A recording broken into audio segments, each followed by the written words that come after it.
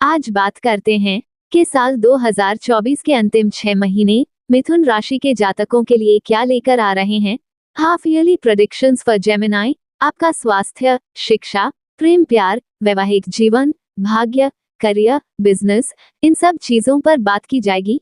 ये वीडियो आपकी जन्म की राशि चंद्र राशि पर आधारित है। यदि आप हमसे परामर्श लेना चाहते हैं तो हमारी ईमेल आईडी पर संपर्क कर सकते हैं। तो चलिए अब जानते हैं कि आपको नवग्रह क्या फल देंगे साल के अंतिम 6 महीनों में, और इसके साथ साथ आपको क्या उपाय करने चाहिए।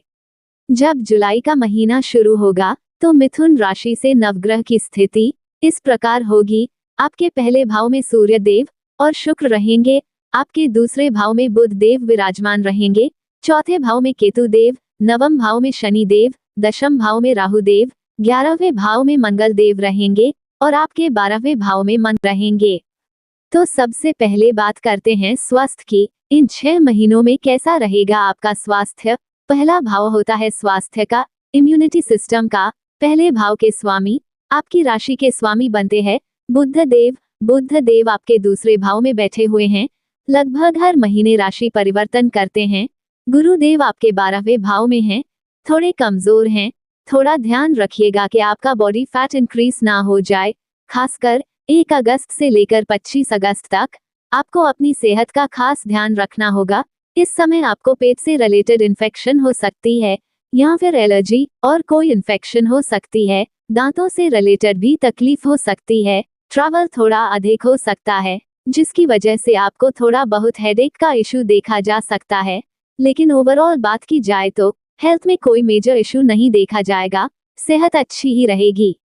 अब बात करते हैं कि विद्यार्थियों की पढ़ाई कैसी रहेगी इन 6 महीनों में। पढ़ाई का पंचम भाव होता है, पंचम भाव के स्वामी शुक्र देव हैं। शुक्र देव इस समय आपके पहले भाव में बैठे हैं, बहुत अच्छी प्लेसमेंट है। 7 जुलाई को आपके दूसरे भाव में चले जाएंगे 1 अगस्त तक, बहुत अच्छा समय रहेगा। आपकी पढ़ाई अच्छी रहेगी 7 जुलाई से 1 अगस्त तक। लेकिन 1 अगस्त से लेकर 25 अगस्त तक जब शुक्र देव आपके तीसरे भाव में रहेंगे तब आपका पढ़ाई करने में मन नहीं लगेगा, मन डाइवर्ट हो सकता है, डिस्ट्रैक्ट हो सकता है। लेकिन 25 अगस्त को जब शुक्र देव आपके चौथे भाव में आ जाएंगे तो आपकी पढ़ाई को अच्छा बनाएंगे। परंतु सबसे अच्छी पढ़ाई आपकी तब देखी जाएगी जब शुक्र देव आपके पंचम भाव में अपने ही घर में प्रवेश करेंगे 19 सितंबर को 13 अक्टूबर तक। इस समय शुक्र देव की स्थिति बहुत अच्छी रहेगी। यदि आप पढ़ाई से रिलेटेड कोई भी डिसीजन लेना चाहते हैं तो इस समय ले लीजिएगा, चाहे वह आपका कोई एग्जाम हो, कहीं एडमिशन लेना हो या पढ़ाई से रिलेटेड कोई भी डिसीजन हो, सब कुछ बहुत अच्छा रहेगा। इसके बाद शुक्र देव 13 अक्टूबर के बाद आपके छठे भाव में आ जाएंगे। ये भाव कुंडली का अच्छा नहीं माना जाता, इसलिए इस समय भी आपको पढ़ाई का ध्यान देना है, कोई कठिनाई आ सकती है। वहीं बात करें प्रेम प्यार की तो पंचम भाव से न केवल पढ़ाई देखी जाती है बल्कि प्रेम प्यार भी पंचम भाव से ही देखा जाता है। और पंचम भाव के स्वामी, जैसे कि आपको पहले भी बताया कि शुक्र देव हैं, शुक्र देव आपके पहले भाव में बैठे हैं, सूर्य देव के साथ में बैठे हैं। जुलाई अगस्त के महीने में बहुत अच्छा रहेगा आपका लव रिलेशनशिप, बहुत गजब की अंडरस्टैंडिंग रहेगी आपकी और आपके पार्टनर की। लेकिन कुछ टाइम ऐसा रहेगा जिसमें रिलेशनशिप में मिसअंडरस्टैंडिंग जा सकती हैं जब शुक्र देव आपके तीसरे भाव में आएंगे 25 अगस्त से लेकर 19 सितंबर के बीच में। इस समय आपको अपने रिलेशनशिप पर बहुत ध्यान देना होगा ताकि कहीं कोई शंका या डाउट्स उत्पन्न ना हो जाएं आपके रिलेशनशिप में। और जो लोग सिंगल हैं, आपका लव रिलेशन बन सकता है जब शुक्र देव आपकी तुला राशि में प्रवेश करेंगे 19 सितंबर से लेकर मिड अक्टूबर तक। आपका लव रिलेशन बन सकता है, इस समय रिलेशन में आने के पूरे योग रहेंगे। अब बात करते हैं वैवाहिक जीवन की तो सप्तम भाव होता है वैवाहिक जीवन का। सप्तम भाव के स्वामी बनते हैं गुरुदेव। गुरुदेव आपके 12वें भाव में विराजमान है, कोई राशि परिवर्तन नहीं है बृहस्पति देव का। इस साल वैवाहिक जीवन में थोड़ी परेशानी रहेगी, ध्यान रखना होगा आपको, क्योंकि 12वां भाव कुंडली का अच्छा नहीं होता। विशेष ध्यान रखना होगा क्योंकि जब भी सप्तम भाव के स्वामी 6, 8 या 12वें भाव में प्रवेश करते हैं तो वैवाहिक जीवन में कुछ परेशानी आती है या फिर लाइफ पार्टनर की सेहत में परेशानी आती है। जो भी आपकी एक्सपेक्टेशंस और उम्मीदें हैं उनमें कमी आ सकती है, या फिर आपके लाइफ पार्टनर बहुत बिजी रह सकते हैं। इन सब चीजों का ध्यान रखिएगा। वैवाहिक जीवन पर ध्यान देने की आवश्यकता रहेगी इन 6 महीनों में। अब बात करते हैं भाग्य की कि कौन सा महीना आपके भाग्य को लेकर सबसे अच्छा रहेगा। आपके भाग्य के स्वामी हैं शनि देव। शनि देव नवम भाव में हैं, अपनी ही राशि में है और वक्री हो गए हैं। 14 नवंबर तक वक्री ही रहेंगे। इस समय अष्टम भाव के भी फल देंगे। शनि देव की स्थिति अच्छी है। गुरुदेव आपके छठे और अष्टम भाव को देख रहे हैं भाग्य के कारक होकर। शनि यहाँ पूर्ण रूप से कोशिश करेंगे कि आपका भाग्य अच्छा हो। बस आपकी कुंडली में शनि खराब नहीं होने चाहिए। अगर आपकी कुंडली में शनि देव की स्थिति अच्छी है तो शनि देव आपके भाग्य को चमका देंगे, आपका पूरा साथ देंगे।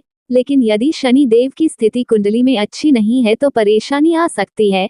14 नवंबर के बाद जब शनि देव मार्गी हो जाएंगे तो आपका समय अधिक अच्छा आ जाएगा। शनि देव आपका काम थोड़ा स्लो कर सकते हैं 14 नवंबर तक, लेकिन उसके बाद सिचुएशन अच्छी हो जाएगी। गुरुदेव भी 12वें स्थान पर बैठे हैं, इसलिए थोड़ी सी अड़चन आएगी, परंतु काम बन अवश्य जाएगा आपका। अब करियर की बात करें तो करियर के स्वामी बनते हैं गुरुदेव। गुरुदेव इस समय आपके 12वें भाव में विराजमान है और आपके दशम भाव में राहु देव विराजमान रहेंगे। साल के अंत तक यही रहेंगे। राहु देव का कोई परिवर्तन नहीं है। जब राहु देव दर्शन भाव में आते हैं तो करियर में परिवर्तन लेकर आते हैं। यदि कोई परिवर्तन नहीं आया है आपके करियर में तो परिवर्तन आने की संभावना 99% है। गुरुदेव भी इस समय आपके दर्शन भाव के स्वामी होकर 12वें भाव में बैठे हैं, तो परिवर्तन के प्रयोग बना रहे हैं। इस समय ट्रांसफर के योग भी बना रहे हैं। पॉजिटिविटी दिख रही है करियर में। गुरु 12वें भाव में फॉरेन रिलेटेड काम दे सकते हैं आपको। किसी एमएनसी कंपनी से रिलेटेड भी आपका कामकाज हो सकता है। यदि आपके पास नौकरी नहीं है तो इस समय नौकरी की भी संभावना बनेगी, खासकर जब सूर्य देव दूसरे और तीसरे भाव में आएंगे। इस समय 16 जुलाई से लेकर 16 सितंबर तक नौकरी मिलने की संभावना काफी अच्छी रहेगी। अब बिजनेस की बात करें तो सप्तम भाव को देखा जाता है बिजनेस के लिए। सप्तम भाव के स्वामी गुरुदेव हैं। गुरुदेव 12वें भाव में हैं और पूरा साल यहीं रहेंगे।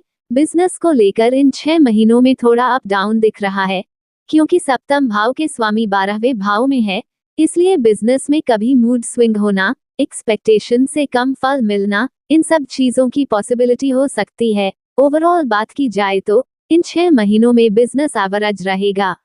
अब बात करते हैं कि क्या उपाय करने चाहिए मिथुन राशि को। आपकी राशि के स्वामी बनते हैं बुध देव, इसलिए बुध देव के बीज मंत्र का प्रतिदिन 108 बार पाठ करिए। ओम बुधाय नमः। गुरुदेव के बीज मंत्र का भी 108 बार पाठ करिए। ओम बृन बृहस्पते नमः। इसके साथ साथ प्रतिदिन उगते हुए सूर्य को जल अर्पित करें तांबे के बर्तन से। प्रतिदिन हनुमान चालीसा का पाठ भी अवश्य करें। अगर ये वीडियो आपको अच्छी लगी हो तो हमारे साथ बने रहिए और चैनल को लाइक, शेयर और सब्सक्राइब करिए। धन्यवाद।